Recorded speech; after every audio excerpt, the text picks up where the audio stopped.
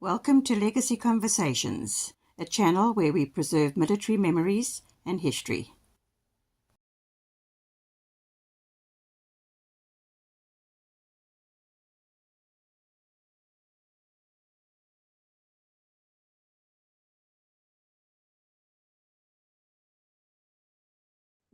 Hello, Internet.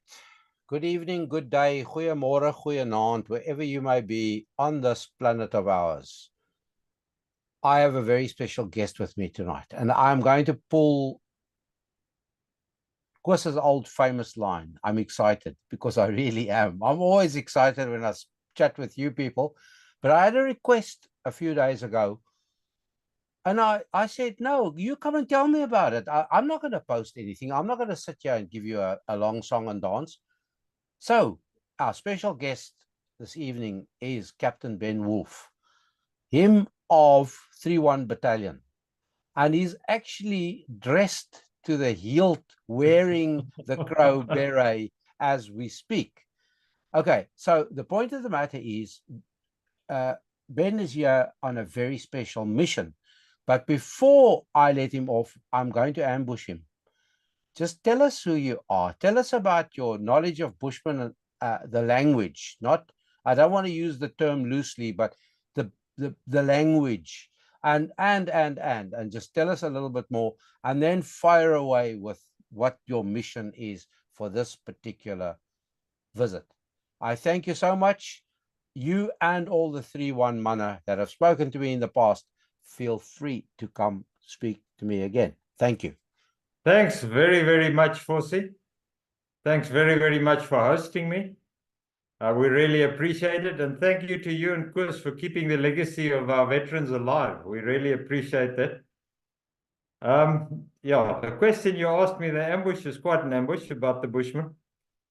The time I spent there, I managed to master the language, which was quite difficult, but I had the older Bushmen who obviously took me under their wing, who saw that I had a bit of potential in leading them, I suppose, obviously, and started teaching me and teaching me and teaching me. It's a very simple yet complex language with all the different clicking sounds. There are three main clicks. One made in the front of the mouth, behind the teeth, one made up in the palate, and one made on the side of the mouth. You get words that sound very similar to an untrained ear, but mean two different things. Now, one word that I normally use as an example when people ask me if I can still pronounce it in Bushman, I hope so, I haven't spoken for many years, is the word back, a person's back, and a person's brother. Now, if you say my back is sore, you say me to kui, my back is sore. But if you say my brother, you say me to. So very, very similar. But you learn these things, and then obviously one word can mean a lot of things. The word kui means hot, means sore, means dangerous, all those bad things. So they've only got one word. They don't have different words like us. We can carry on for ages discussing these things, but yeah, that is I can remember from years and years and years ago. What else is there that's interesting about the language? There was a Professor Snyman once that came to see me. He was busy with the Bushman language, the Khon language. And I'd by then already found that I could distinguish between three different dialects.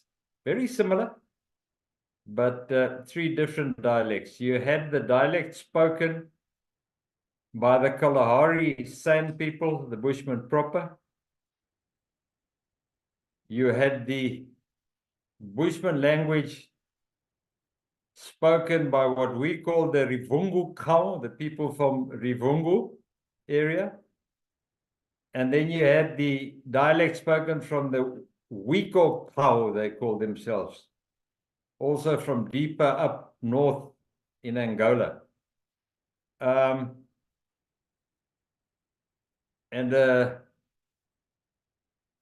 of the words that you can distinguish is the word for a cow.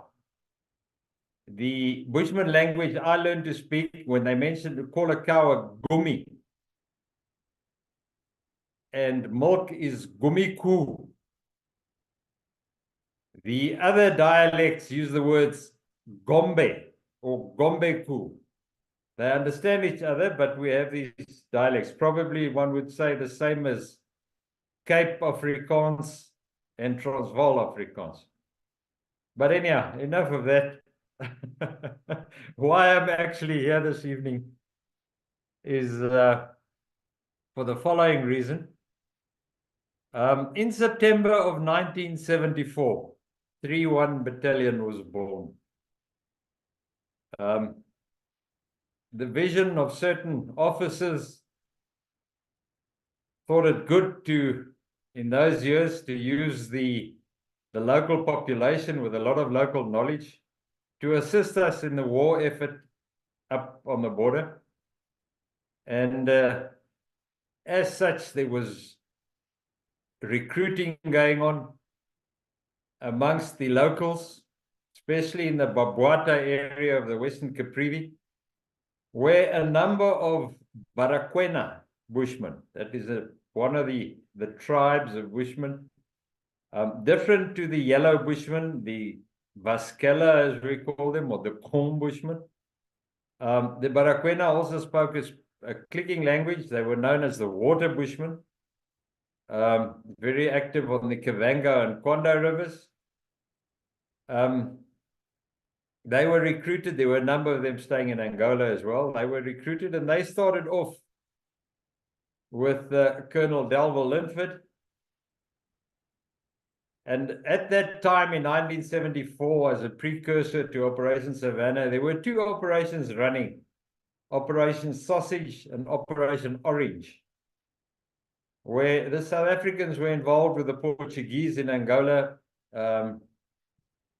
assisting, seeing what we could do to assist them. I know the Air Force was involved at that time, and there were certain special forces guys that were involved that were sent in.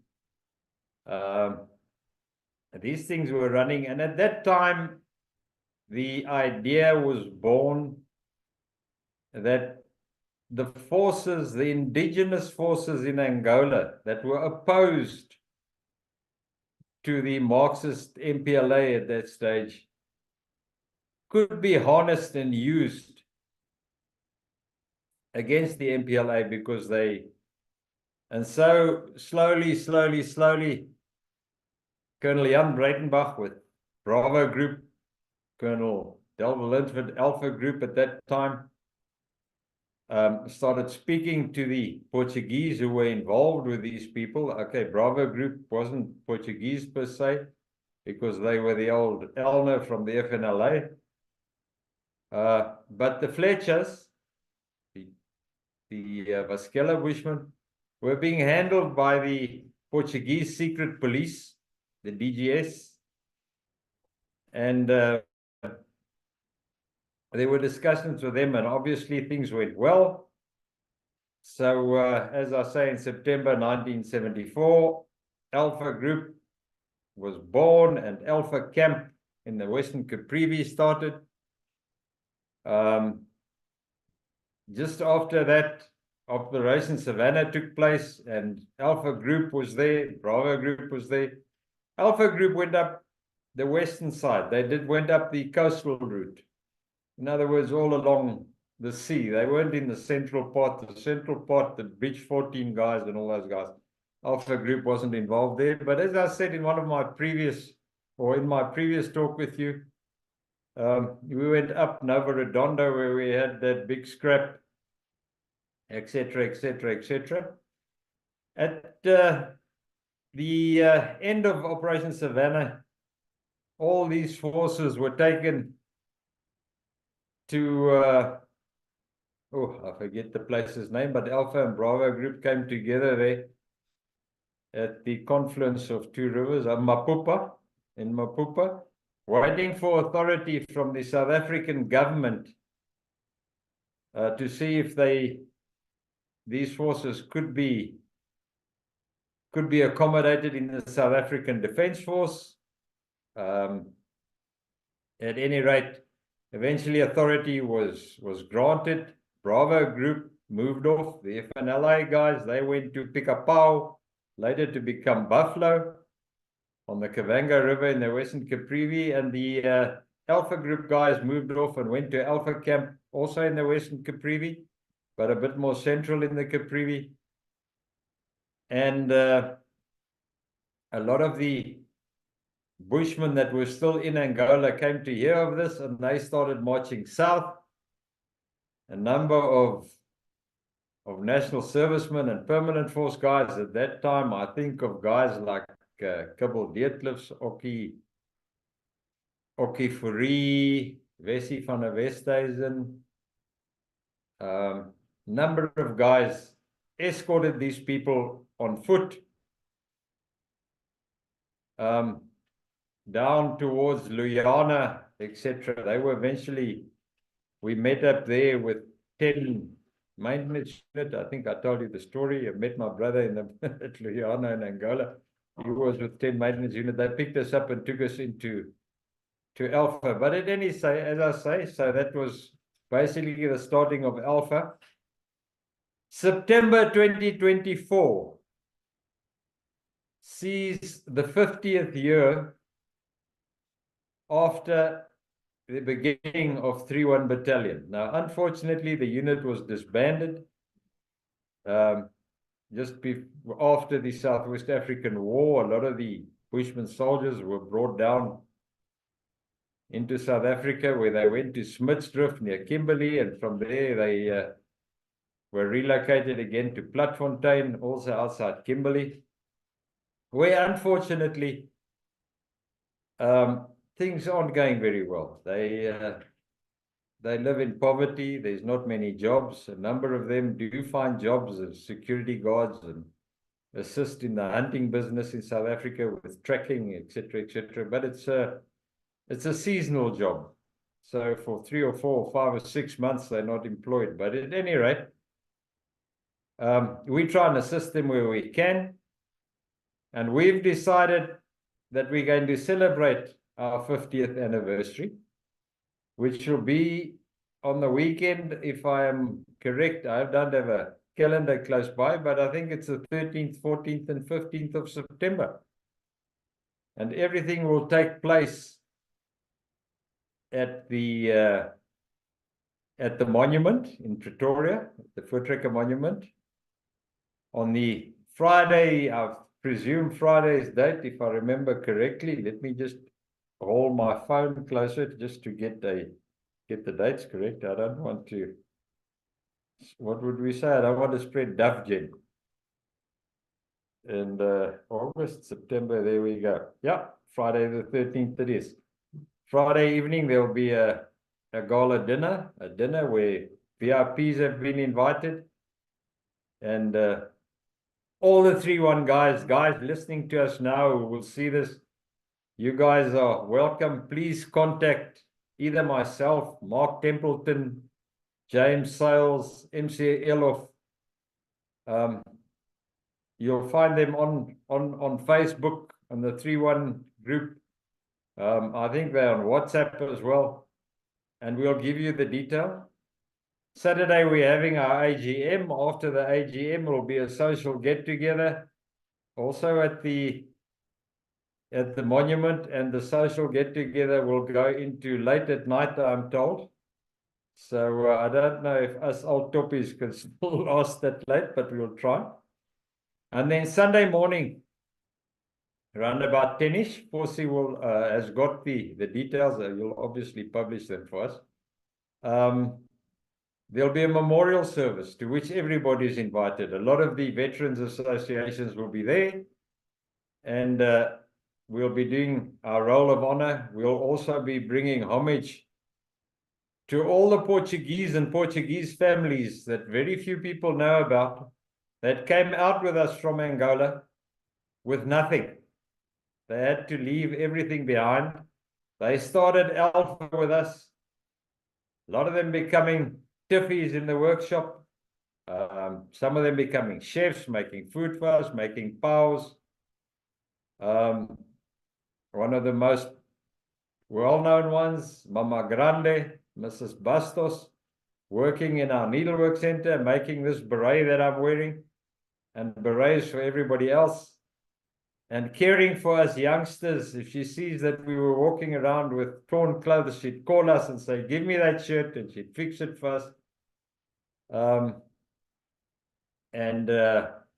A lot of other of the Portuguese, I've been trying to track and trace them. I've managed to, with the help of Ana Maria Miranda in Southwest, she's also in Swakop, who is the daughter of João Miranda. Nom de guerre, Johnny van der Merwe, who was one of our operators, eventually became the acting RSM of our unit at one stage. I've managed to track quite a few, and I'm still busy trying to contact them. Yeah, so as I say, we bringing up Bushman. We're going to have Vaskella and Baragwanath Bushman at the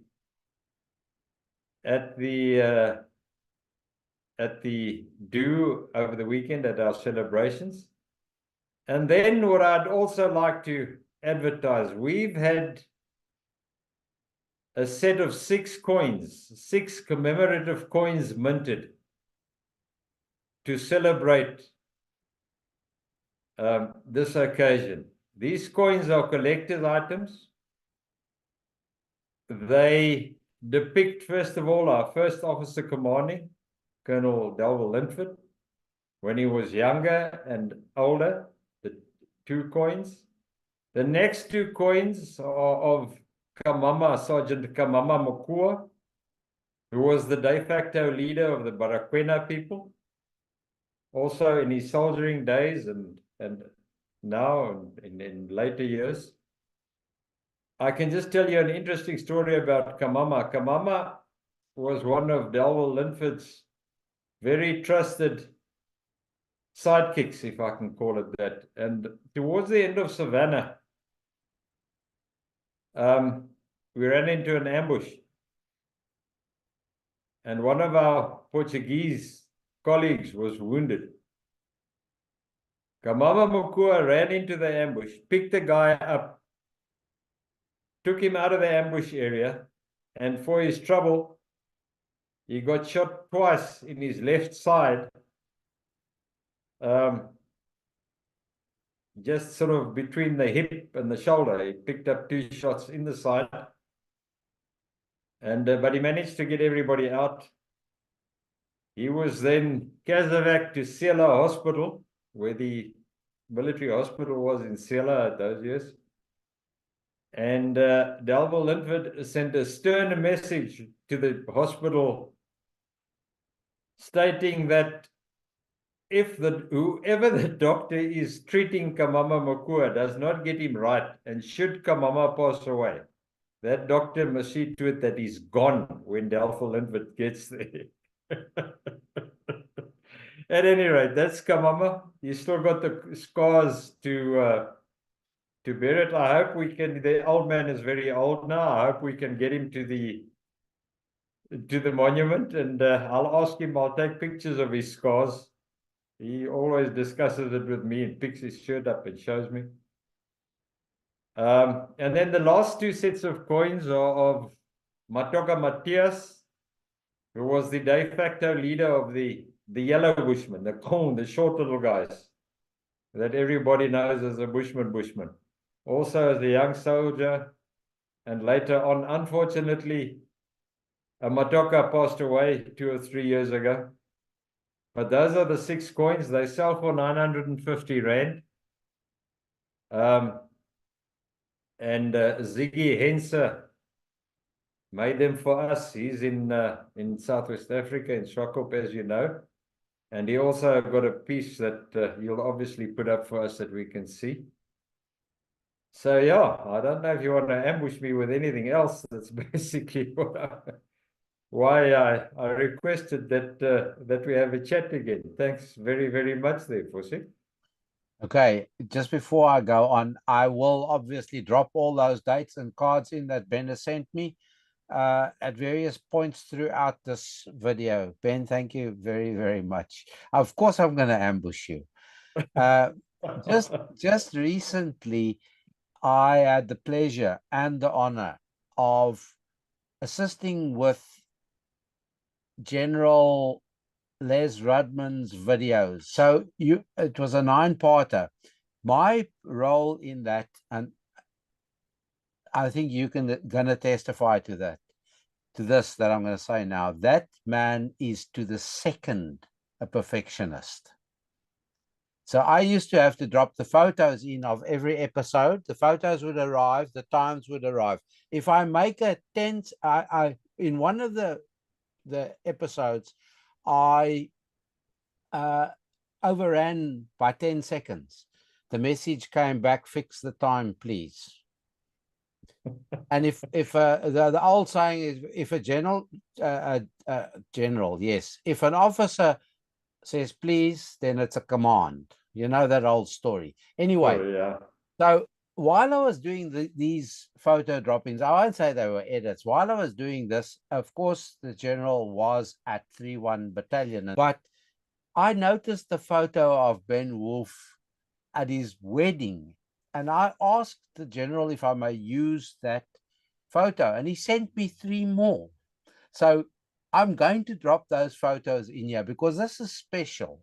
This is really, really special. How many people can say they got married at 3-1? How many? And guards of honors and all these kinds of nice things. And there you've still got your crow. You're still wearing, well, you are wearing your crow. And it's well worth seeing these photos. So he did say to me, I've got to ask your permission too. So I'm asking your permission now, live on air. Well, obviously, I can't deny it. That's what an ambush is all about. It's all about, yeah. No, well, I walked straight into that one. Yeah, thanks very much for seeing. Yeah, that was in 1980. I'm just trying to recall the circumstances. We were out on an operation, and the news via the grapevine arrived that we had new staff members in our sick bay.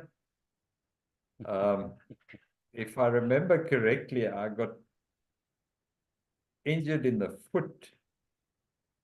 I got shot in my foot or something, yeah, in a contact or something. Anyhow, so it wasn't serious that I had to be casevac to a faraway hospital, but at any rate, they treated it at the sick bay and what, and I met this girl there, and one thing led to the next, and yeah, and that was that, and you've got the proof. Thank you so much. Now, last, a tiny ambush. This is only going to be a small ambush. I've had other folk request me to request Ben to come and tell us more stories. I'm vaguely aware that he does very interesting work now, and I think there might be something to do with game and protection and all those kinds of things. So I'm going to formally invite Captain Ben Wolff to come and speak with us under other circumstances where he can freely discuss what he does and what he did after, because he's had a very, very, very interesting life. So there we go. This is a formal invitation signed and by Legacy Conversations on my behalf. Thank you very much. Thank you for yeah, we can sort something out, and I can obviously we can talk about it. Yeah, there's I also had an interesting time in the vendor defense force after I left Southwest Africa. I was seconded to vendor for 9 or 10 years, and so there's a bit to tell about vendor as well.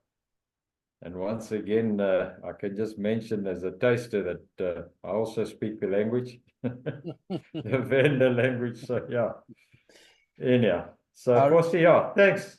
It's terrific. Thank you. Thank you so much. We would like to see footage of the weekend, of your celebrations, of your commemorative Sunday service. So we will appreciate feedback, and we will appreciate that somebody, I know you guys will be busy, so but if you can get footage for us, I'll string together a video with pleasure so we can show the results. And also, just before I go, just before I say thank you very much to you all for watching, I'm going to insert a video, short video here with Ziggy Hens's permission, created by him on his channel. So YouTube should not hit us with copyright, because I will put it down in the comments below too, that it is with Ziggy's permission, where he shows the depictions of the 6 coins, and it talks a little bit about it. So from my side and from Captain Ben's side, we thank you very much for the support that we are going to see from you guys. And I'm putting my hand up. There's only 201 of these sets going to be issued, numbered. I'm putting my hand up for one. So from the 2 of us here, and from the whole of 3-1 Battalion's VA, we anticipate favorable, great reaction to this. So thank you in advance from us, and we'll let you know after it's all happened how things went. Thank you so much, Ben. Much appreciated. And as we always say here at Legacy, until we chat again, God bless. Kosi, thanks very, very much. I just want to add something I forgot, that in the 80s, 3-1 Battalion was handed over to the Southwest African forces, so they became 201 Battalion, but one in the same unit. So everybody who served 3-1, 201, please pitch up. We need you.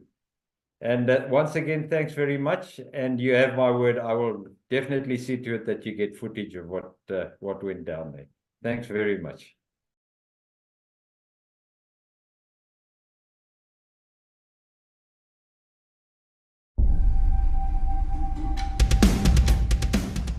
(31201) Battalion was formed 50 years ago with the crisis in Angola and the escalation of the border war in northern Namibia. From the unit's primitive beginnings at Camp Alpha, later Omega Base in 1974, to its relocation to South Africa in 1989, this unit has left an indelible mark on the history of the Angola and Southwest Africa border war. In honor of this significant milestone, we present a unique collection of commemorative coins, each a tribute to the heroes and leaders who shaped the battalion's legacy. This exclusive set features 6 beautifully crafted coins depicting Colonel DeVille Linford from his early days to his later years, Sergeant Matoka Matheus, the leader of the Vasekela Bushman tribe, and Sergeant Kamama Makoa, the leader of the Barakwena Bushman tribe.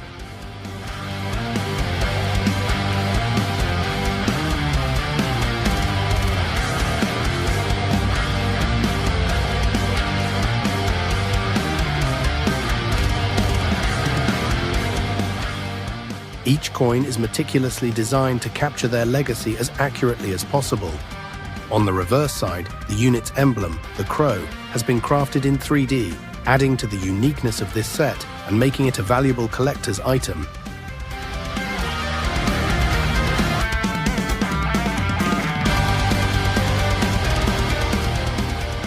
Each coin in this set is individually numbered. These coins represent more than just history. They embody a living legacy for future generations. Join us in celebrating the 50th anniversary of the Bushman Battalion. Secure your commemorative coin set today and own a piece of this remarkable history. Honor the legacy. Celebrate the history. Own a piece of the Bushman Battalion. Only 201 sets will be made. Act now. Thank you.